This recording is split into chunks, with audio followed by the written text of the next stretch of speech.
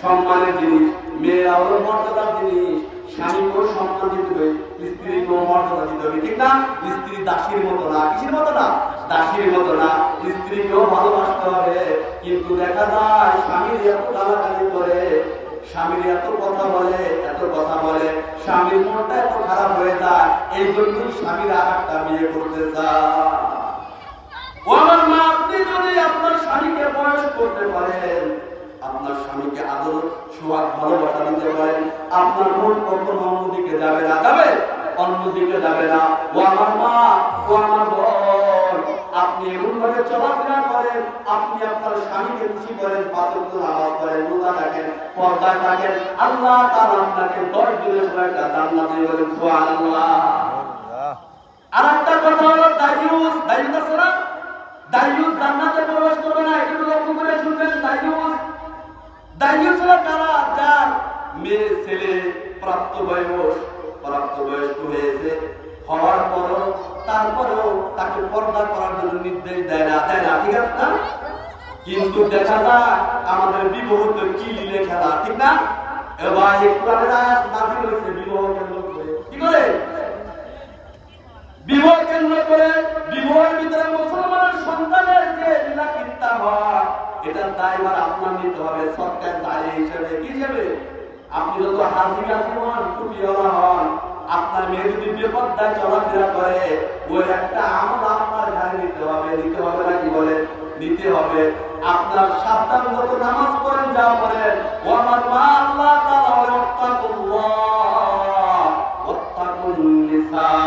আল্লাহকে ভয় করো এবং মহিলাদেরকে ভয় করো। কি করো? মহিলারা কিন্তু করে সৃষ্টির লগ্ন থেকে দেখেন, একেবারে মহিলারা এমন একটা ব্যাপার যে মহিলা যত কাইদের কাটা মারামারি কাটাকাটি কি থেকে হয়? মহিলা থেকে হয়। হাবিলকে মারলো কি কেন্দ্র করে? বললো আমার সাথে যে জন্ম হয়েছে আমি সেটাকে বিবাহ করবো, তাহলে তোকে কতল করবো। এখন হলো কি, যত খুন খারাপি যতটা করবে, কাবিলের নামে একটা আমল নামায় যাবে, তাই যাবে কাবিলের নামে যাবে, বলেন নামাজ। আবার তাকায় দেখে ইউসুফ আলাইহিস সালামের দিকে, ওই জুলেখা ইউসুফকে দেখেন সুখে একদিনের জন্য 12 বছর জেল কাটছে। এতটা কষ্ট দুঃখ দিচ্ছে। এজন্যই বলা হয় আমার বাবা, আপনার মেয়েকে আপনি পর্দায় রাখবেন। পর্দায় যদি না রাখেন তাহলে কিন্তু আপনার খবর আছে। ও আমার মা, আপনার নিজের শরীরটাকে যদি আপনি ঢেকে না রাখেন, আপনার খবর আছে। আমাদের দেশে কিন্তু বিবাহ হয়, কিন্তু ইসলাম অনুযায়ী বিবাহ হয় না। ও আমার মা, ও আমার বোন, তুমি কেন ভালোবাসা করো? তুমি ভাবো প্রত্যেকটা মানুষ কিন্তু চায় আমি সুন্দর একটা মেয়ে চাই, তাই না? এইটুকু প্রত্যেকটা মানুষ চাই। মেয়ে দেখলে কি বলে কত? মেয়ে দেখলে বলে কি, আমাকে সুন্দর একটা পরিবার মেয়ে দিও।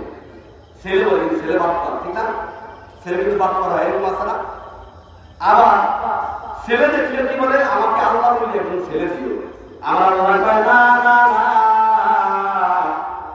যাকে তুমি গাছতলায় নিয়ে বাদাম খাইছো একদিন, তোমার এরকম বাদামওয়ালার সাথে আরেকজন মিলাইয়া দিব আমি।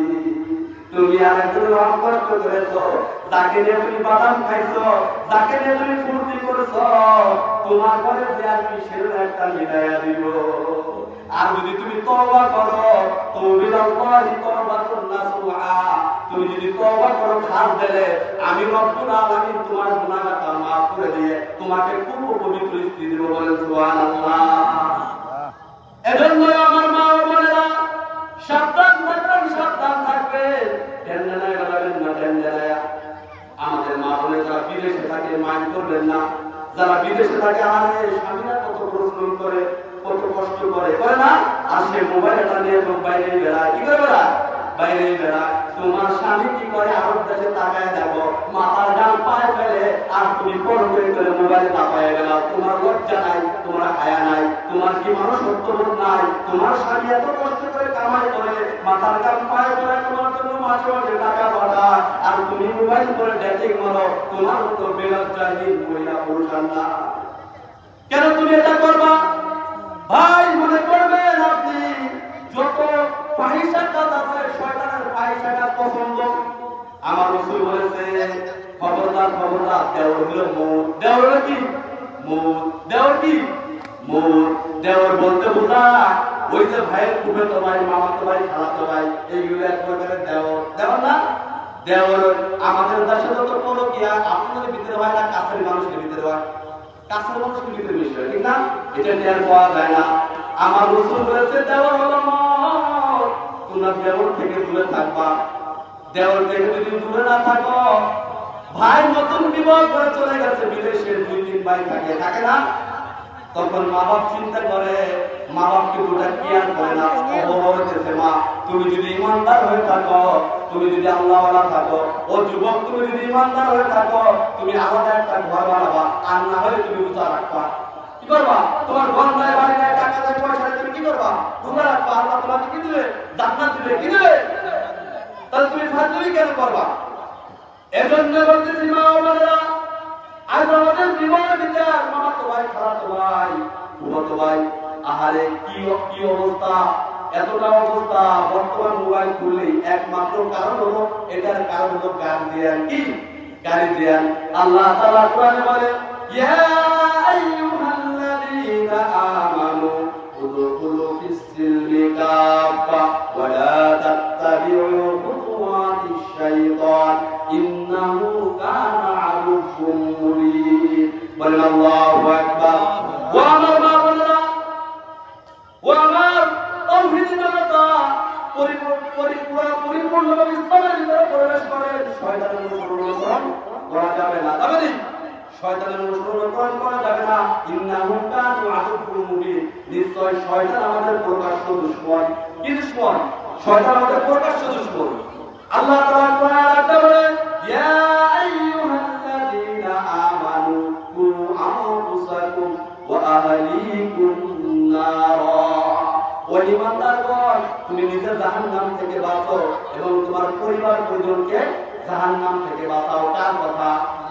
কার কথা? কিন্তু পরিবার ঠিক নাই, পরিবার ঠিক নাই। আপনি নামাজে যান, আপনার ছেলের কাপড় উঠায় দেন না। শীতের দিনে আপনি নামাজে যান, আপনার বোর কোনো খবর নেন না, ছেলে মেয়ের খবর নেন না। তাহলে আপনি নিজে নিজে জাহান্নামে যাবেন, জান্নাতে যাবেন, আর আপনার ছেলে মেয়েদেরকে জাহান্নামে নেবেন। এটা কোনদিন হবে না। আপনাকে আপনার ছেলে মেয়ে মামলা দিবে আপনার বিরুদ্ধে। বলবে রব্বুল আলামিন, উনি সকালবেলা যে ফজরের নামাজে গেছে, যদি আমাকে ডাক দিত তাহলে আমি নামাজ পড়তাম। উনি কেন আমাকে ডাক দিল না? কাল কিয়ামতের দিন মামলা দিতে থাকবে। কি দিতে থাকবে? মামলা দিতে থাকবে মানুষের। ও ভাই, একটা নেকির এমন এক দাম হবে, নেকির এত দাম হবে, এত দাম হবে তার কোয়ার মতো না। একটা নেকির জন্য মানুষ পাগল করা হয়ে যাবে। আপনার আমল হবে, এমন আমলের জন্য মানুষ পাগল হবে। ও কাল কিয়ামতের দিন আপন জনকে আপন ধরবে, বলবে রব্বুল আলামিন আমার হক নষ্ট করেছে। কি? আমার হক নষ্ট করেছে। যদি আমার হকটা দিত তাহলে আমি বলে হয় হকটা নিয়ে জান্নাতে যাইতে পারতাম। কত ভাইয়ের সম্পদ মেরে খায়, বোনের সম্পদ মেরে খায়, খায় না? এজন্যই মা বোনদেরকে, আপনাদেরকে আল্লাহ রাসূল সাল্লাল্লাহু আলাইহি ওয়াসাল্লাম এত দামি বানাইছে, তাদেরকে সম্মান দিয়েছে। আমার রাসূল বলে যার একটা কন্যা সন্তান তার জান্নাত, বলেন সুবহানাল্লাহ। যার দুইটা কন্যা সন্তান সে জান্নাতে, বলেন সুবহানাল্লাহ। যার 3টা কন্যা সন্তান আমি আর সেই মেয়ের বাপ একসাথে জান্নাতে থাকবো, বলেন সুবহানাল্লাহ। আর যদি বলবে ও আমার যুবক ভাইরা, আপনার মেয়ে যখন হয়েছে আল্লাহর কাছে শুকরিয়া আদায় করবেন। বর্তমান জামানার ছেলেরা কিন্তু মা বাবারে ভাত দিতে চায় না, ঠিক না? এই দুনিয়ার বুকে মেয়ে যেরকম বাবার জন্য মায়া মহব্বত করে, মেয়ের জন্য পুরা, ছেলেরা কিন্তু কতটা পুরায় না, পুরায় বলেন না। আপনার কর্তব্য